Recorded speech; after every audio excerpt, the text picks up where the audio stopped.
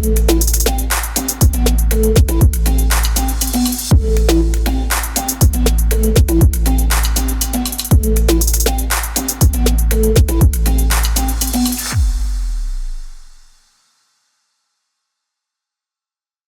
there, my name's Danny Leibrandt, and today I'm with Jake Sheldon, who is the co-founder of Pest Control Millionaires, along with a portfolio of various service companies, including pest control, cleaning, movers, and more.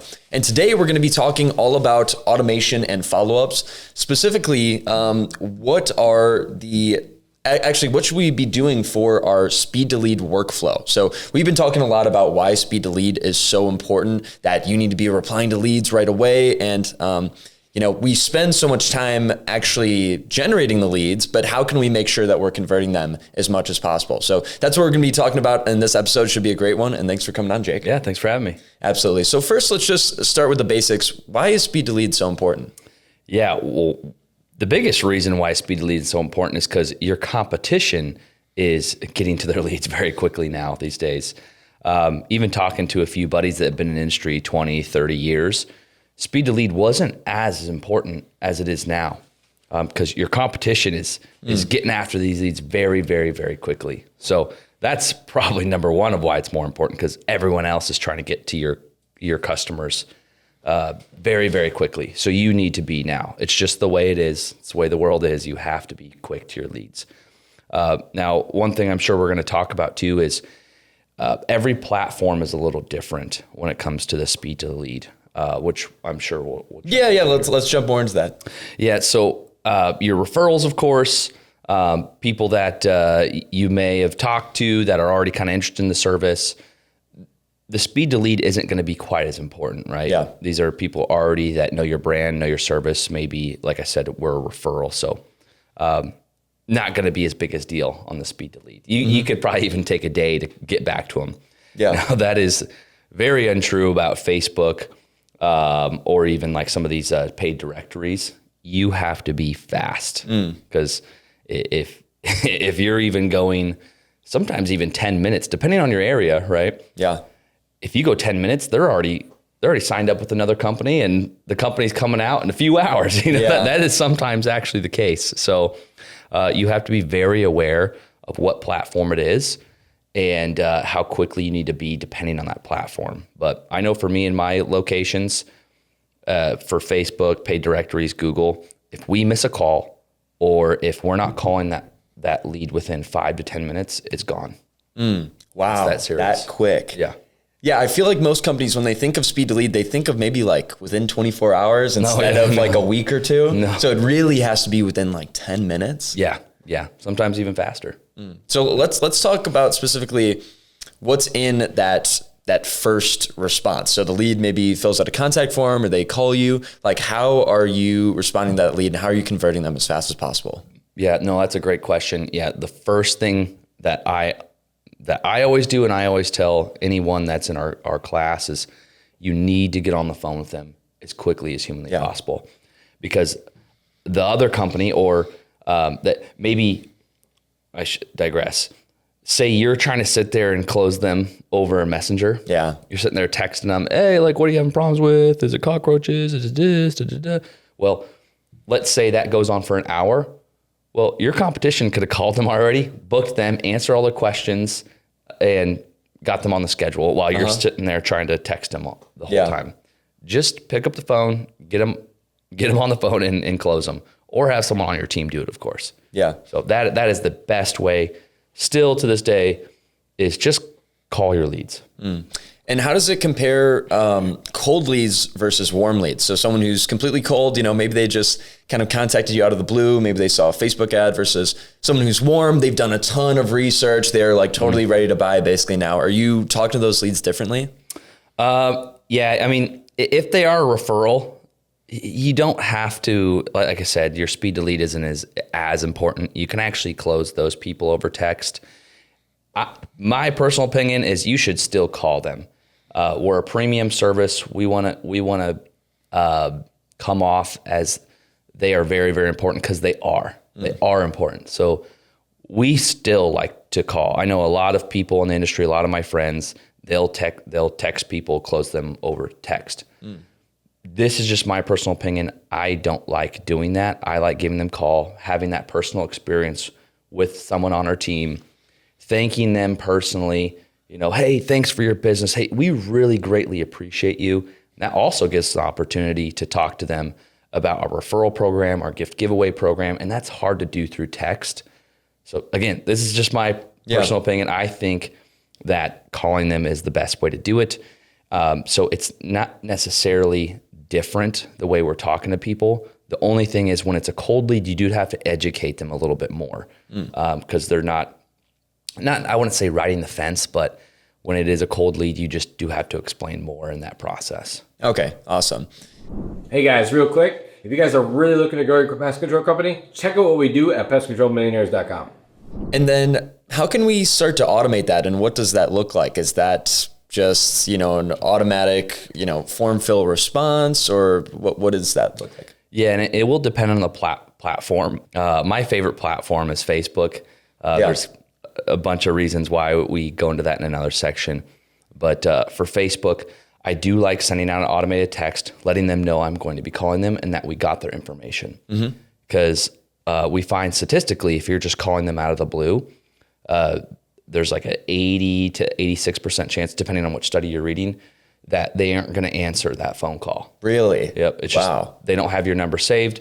For a lot of you watching this, how many times do you answer your phone from a number that's not saved? Yeah. No, maybe pest control owners will answer every call because they're, it might be a client or a prospect, but most normal people that work a 9 to 5, a normal job, they don't want to be bombarded by random callers. They want to know who's calling. Yep, exactly. And so that's why I always suggest you text right before you're calling. And that's why this automation is so important. As soon as a lead fills out their contact info, within 30 seconds to a minute, you need to have a text that goes out and then you call them. So that way they're getting kind of double hit. And then once you call, if they don't pick up, you actually hang up and then you call again. You do what we call a back-to-back call. Yeah. That is going to be really, really important. Just like I had mentioned, most people don't answer a phone number from a number that's not saved in their phone. So just do a back-to-back call. It may feel pushy. It may feel salesy. That's what I said when I first heard that from a very, very large pest control company. They're like, oh, just do a back-to-back call. Yeah. I'm like, no way I'm doing that. That's so pushy. It's like, no, it's not. I promise you it works. If you work with Facebook or Google and you have a rep, they'll actually call you 3 times in a row. So definitely do the back-to-back calls, have the automated texting if they don't answer, and of course, leave a voicemail, which we can go a little bit deeper in that if you'd like. Yeah, definitely. No, those several calls show urgency. If you're, I don't know, something crazy and you really have to call your mom and what, are you just going to call her once? No, I'm going to keep calling until she picks up. I don't know, so something crazy went on. Let's talk maybe even about that voicemail. What's in that? Yeah, so something super simple, just letting them know that you got their information from a form they filled out, or they called you and you may have missed it. You don't want to do that, by the way. But that does happen, especially for newer companies. And just something super simple. Hey, my name's Jake, Green Day Pest Control. I saw that you filled out your info on our Facebook form. I'm just calling to get you set up and answer any questions that you may have before you sign up for the service. Awesome. Something super simple. Yeah. And then let's work back a little bit. I also want to know, just get a little bit more tactical here of what is that text message? And you also said text message and phone call. Is it text and then phone call right away or 2 minutes after? Yeah. So the first thing that has to go out is that text message. Super important that it goes out. Because a lot of the times for most phones, a lot of iPhones, it will say, say maybe before. Have you seen that? I've seen that. It will say maybe, Jake Sheldon, or, maybe. And when you text before and you say your name, it will say maybe. Oh, wow. I actually didn't know that. Yep, exactly. So and not all the time, not I'm not sure about Androids, but I know for the iPhone, it typically will say maybe. Yeah. And so they're like, who's this? Right. So text message must go out before 30 seconds to a minute after they fill out a form or show interest in a service. And then you call them within the first 5 minutes. If they don't answer, you do a back-to-back call. If they don't answer that second call, you're going to leave a voicemail. And then our team actually calls again 3 to 4 hours later and then again that night. Yeah. So we actually do 3 calls technically, and they're all back to back. So you're actually doing 6 calls. Oh, no way. So, but it sounds like a lot, Yeah. right? Because when I heard that, I was like, oh my gosh, that like, you're crazy for doing that. Yeah. But it works very, very well. Yeah. Talk to me about how well it works. Like what has the impact of that been? Yeah. So even just for our Facebook leads, we went from like a 10 to 15% close rate all the way up to a 40 to 45% close rate. It's that different. That's literally a 3x in leads. Yeah. That is insane. Yep. And because people will ask me, even when I show them my results on Facebook, we show it in the class, and our lead cost is pretty good, but they're like, Jake, how the heck are you guys closing this many leads? Because that's a really, really high close rate for Facebook. Yeah.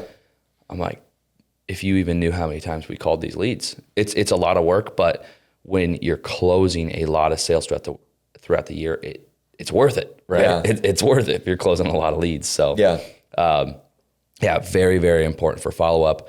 Now, I will mention that if they're Google leads, you really just need to answer the phone, right? Yeah. You're more experienced in this with than I am on Google side of things, but it's so important just to have someone that answers the phone. It doesn't even have to be the owner. You just need someone to answer. Yeah. Because every time you're missing a call, just think about it as money literally flying away, right? Because that's what it is.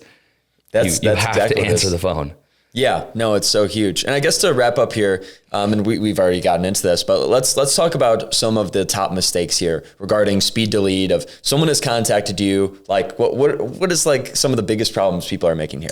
Yeah, I mean, the biggest problem that I see in the industry as a whole, I've literally talked to thousands of pest control owners, and the number one mistake is just people aren't answering the phone.